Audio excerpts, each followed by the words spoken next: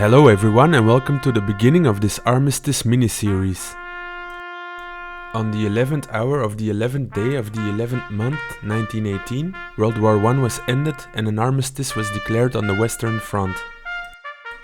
The German Empire was about to collapse and the German army was running out of supplies. Soldiers were deserting duty and disbanding their units.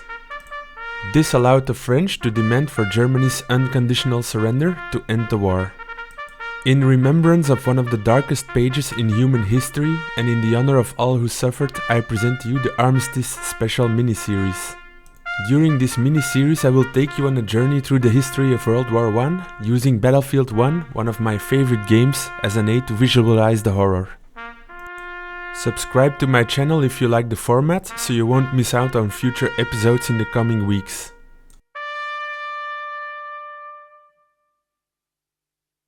Before we dive into the action, I will give you a summary of why the Great War ignited.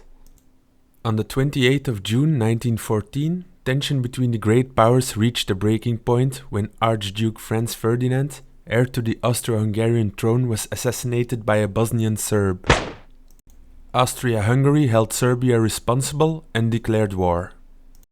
At that time, many military alliances were in place. Serbia's ally Russia mobilized, and Austria-Hungary's ally Germany, led by Kaiser Wilhelm II, declared war on Russia. By August 1914, the rest of the Entente, France and the UK, declared war to Russia's enemies, Germany and Austria-Hungary. Later, the Ottoman Empire joined ranks with Germany and Austria-Hungary. Germany's strategy was based on a quick defeat of France via the Schlieffen Plan before it could direct its attention to the Eastern Front. The plan organizes an invasion of France via Belgium, avoiding the fortifications of the Maginot Line located near the French-German border. Belgium did not choose sides and remained neutral. Nevertheless, the invasion of Belgium began on the 4th of August 1914.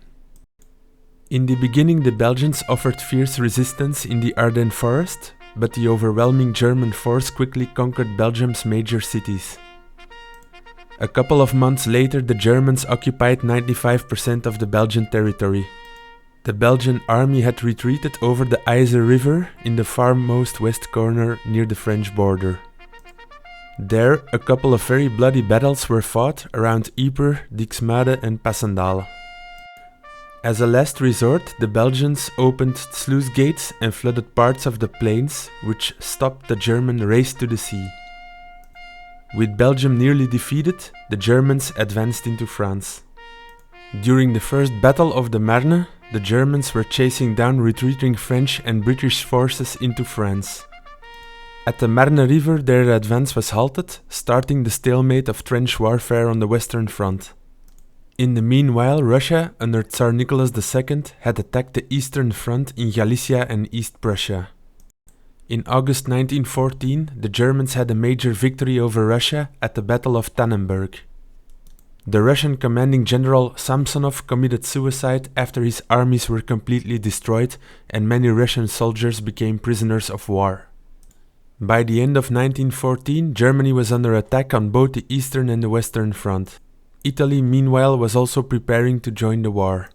In the next episode I will zoom in on some of the major battles, explaining the history and showing Battlefield 1 gameplay on the corresponding maps. If you are into World War I and gaming like I am, you really need to get a hold of this game because it is an absolute masterpiece. Hope to see you in the next episode on the 11th of November.